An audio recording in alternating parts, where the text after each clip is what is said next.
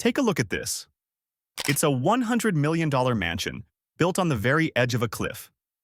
This is a home that defies gravity, common sense, and probably your financial advisor. It's a breathtaking monument to success, but it's also one bad storm away from becoming a very expensive submarine. But the story of the man who supposedly lives here is even more unbelievable. Because not so long ago, he had absolutely nothing. This isn't just a story about a house.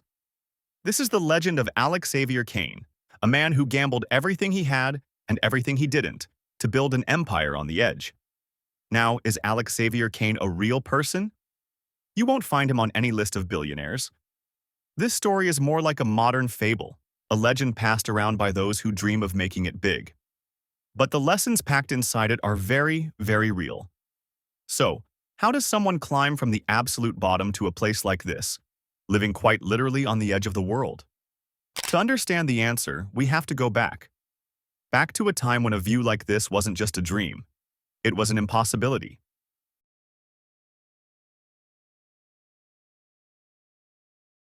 The legend of Alexavier Kane doesn't start in a boardroom. It starts in a cramped second-floor apartment with peeling paint and a lovely view of a brick wall. Long before the private jets and billion-dollar portfolios, there was just a young man stuck in neutral. He grew up in a house where, "We can't afford that," was basically the family motto. They worked hard, but it felt like they were just running in place. Alexavier knew the sting of secondhand clothes and the quiet shame of skipping school trips.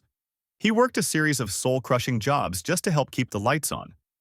One was as a dishwasher in a greasy spoon diner, where his hands were always raw and smelled like bleach. Another was stocking shelves overnight in a massive, silent grocery store where the loneliness was louder than anything else. Each job paid just enough to survive, never enough to get ahead. He felt like he was watching life through a window. He saw other people with choices and comfort, and a question started burning in his mind. Why not me? What do they know that I don't?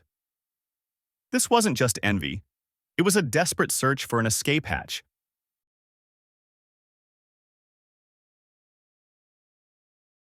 The big breakthrough didn't come from a lottery ticket or a rich uncle. It came on a rainy Tuesday in the dusty aisle of a secondhand bookstore. Soaking wet and just trying to get out of a downpour, Alexavier stumbled into the business section. He picked up a dog-eared book with a faded cover. The Art of the Deal. He'd heard of it, sure, but thought it was for people who were already rich. Bored and with nothing better to do, he started reading. And it was like a light bulb went off. He wasn't just reading words. He was looking at a blueprint. The ideas of leverage, of using other people's money, of seeing value where everyone else saw garbage. It was a total revelation. He realized real estate wasn't about having money. It was about having the guts to control it. A few days later, he saw a small, run-down house in a forgotten part of town. It was an eyesore. Boarded-up windows, a jungle for a yard, and a foreclosure notice taped to the door. Everyone else saw a wreck. But Alexavier, for the first time, saw something else. He saw potential. He saw a path. He had no idea how, but he knew, deep in his gut, that this was his way out. He was going to buy that house.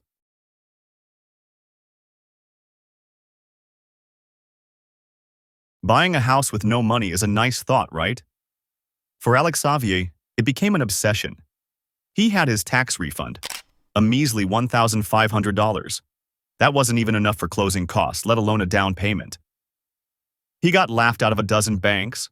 All they saw was a kid with a bad credit score and a resume full of dead-end jobs. He was about to give up when he discovered the murky world of hard money lending. These are short-term, high-interest loans for house flippers. It was the financial version of a back-alley deal, and the terms were absolutely brutal. The interest rate was astronomical, and they wanted a huge chunk of the profit. It was a deal designed for him to fail, but it was his only shot. He sold the lender on pure, raw passion, painting a picture of what the property could be. And against his better judgment, the lender said yes. The second the loan was approved, pure terror set in.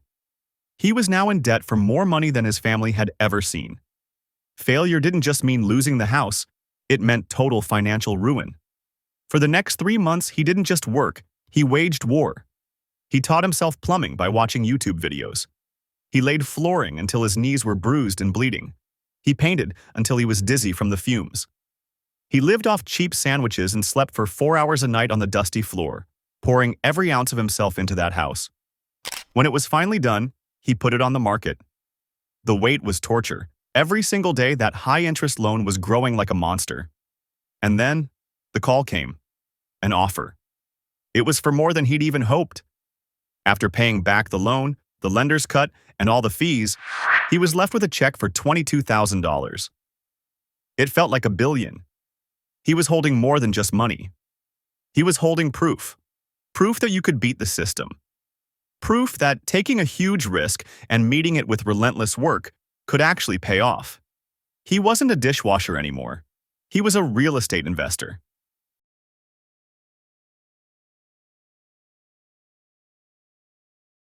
That first $22,000 was the spark.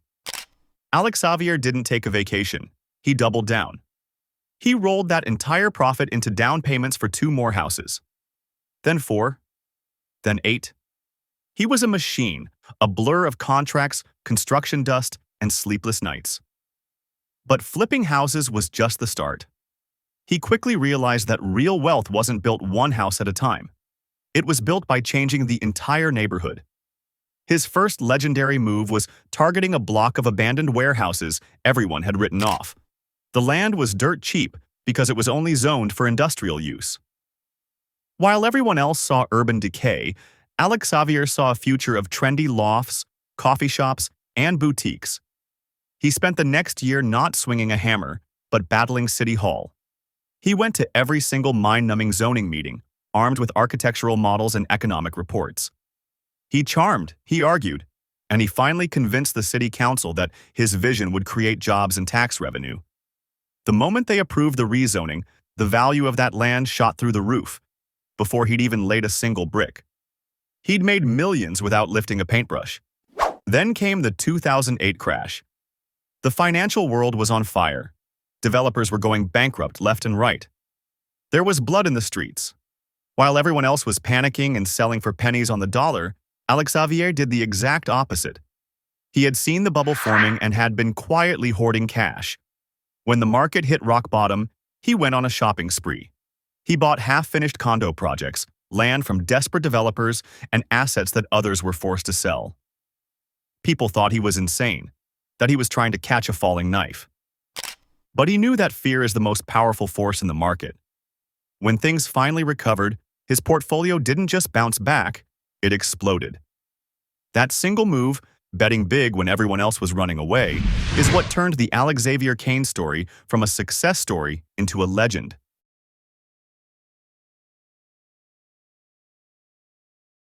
And that brings us back here, to this impossible house perched on a cliffside, a marvel of glass, steel, and stone. This $100 million mansion isn't just a home, it's a statement. Every part of it is a symbol of the philosophy that took Alexavier Kane from a cramped apartment to the top of the world. The location itself says it all. It's a testament to his appetite for risks that terrify normal people. Just like he bought properties nobody wanted, he built his home on land other billionaires thought was too dangerous.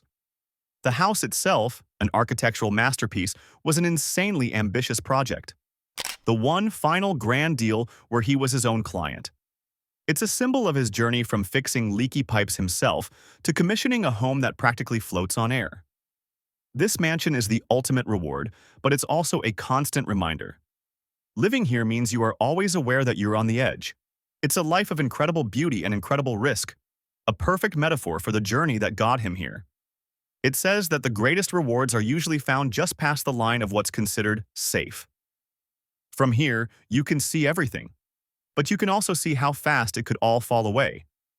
The legend of Alexavier Kane is a powerful story about vision and calculated risk. It shows what's possible when you refuse to accept the life you're given and have the courage to build the one you imagine. If you found this story inspiring and want more deep dives into the minds of the world's empire builders, make sure to subscribe and hit that notification bell. And let us know in the comments. What's the biggest risk you've ever taken to chase a dream? In the end, the story of Alexavier Kane isn't really about the money or the Cliffside mansion. It's a powerful reminder that our circumstances don't have to be our destiny. His journey teaches us that opportunity is often hiding in plain sight, usually disguised as something broken or ugly.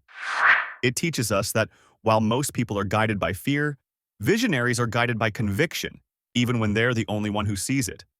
So whether he's a real person or just a modern fable, the lessons are undeniable.